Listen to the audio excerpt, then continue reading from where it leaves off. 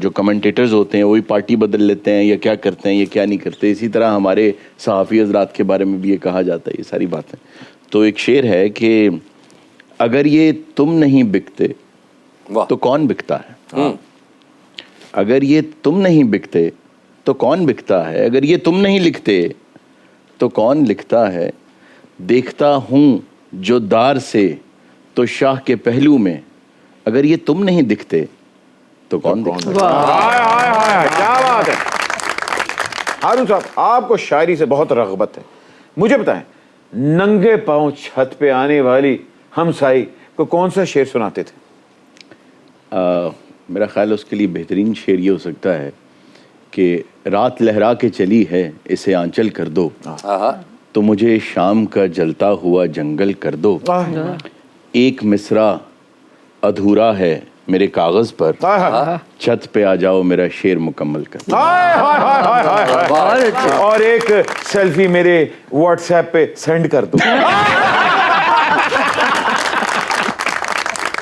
اچھا ہارون, آپ مجھے شاعری کی روح میں بتاؤ کہ لو لیٹر اور سائفر میں کیا فرق ہوتا ہے؟ آپ کا میک اپ دیکھ کے میرا روح نہیں کرتا جواب دے. انہوں نے تھوڑا جا روح افزا پہ آؤ تاکہ نہ تھوڑی جی روح باہر آئے تو میں نہ روح لان. اپنا ہارون پاپا ماڑا ایک نجی مسئلہ پہ چلنا ہے, ذرا اس سے متعلق میں کہ ذرا تھوڑا گائیڈ کرو. میں نے آپ کو دواخانہ بتا دیا تھا. میں تساں کی آخیا کہ مینوں بیٹھے بیٹھے چکر آ رہے ہیں. نہیں جی مسئلہ سنو تے صحیح نا. تساں صرف ہے دسو کہ ظالم محبوب کی قدماں چ سٹن واسطے کیڑا شعر سنانا پیسی؟ ارے وفا کی دھوپ کو ترسے گا آدمی کا وجود, عداوتوں کے شجر کو گھنا بھی ہونا ہے. تیری وفا کے قصیدے تو لکھ رہا ہوں مگر میں جانتا ہوں تجھے بے وفا بھی ہونا ہے.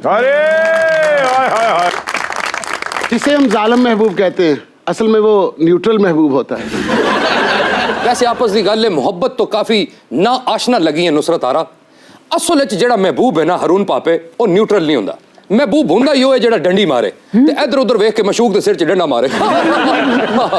ویسے تیری اس گل تو نا صاف پتہ لگ گیا کہ فیض صاحب نے تیرے بارے چ لکھیا سی. جُتی میری جاندی ہے پہاڑیے دے نال تے پولا میرا جاندا ہے ڈوگرے دے نال. ایک منٹ جی, ایک منٹ, شو تے ہوندا ہی رہسی. گل سنو جی, اے فیض پاپے نے کیڑے دیہاڑے فرمایا سی؟ جس محفل میں میڈم نور جہاں کو فیض صاحب نے وہ نظم دی تھی, مجھ سے پہلی سی محبت میرے محبوب نہ مانگ. ہاں جی, ان کو گل کی تھی میں توڑ دیاں گی تیری ٹانگ. تہاڈی آواز کٹ کٹ کے آ رہی, ذرا مائک چ گل کرو.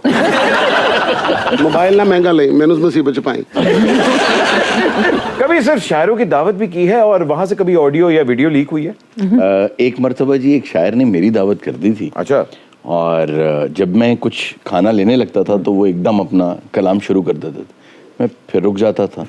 اور وہ جب تک کھانا بالکل ٹھنڈا نہیں ہو گیا تب تک ان کا دیوان ختم نہیں ہوا. اور پھر میں نے کھانا شروع کر دیا تو جو اگلی نظم انہوں نے سنائی وہ سٹارٹ ہی یہاں سے ہوتی تھی. کہتے ہیں جی سیاست کے بارے میں. میں نے کہا جی سنائیں, تو کہنے لگے کھائی جا رہے ہیں کھائی جا رہے ہیں کھائی جا رہے ہیں بار بار سالن پائی.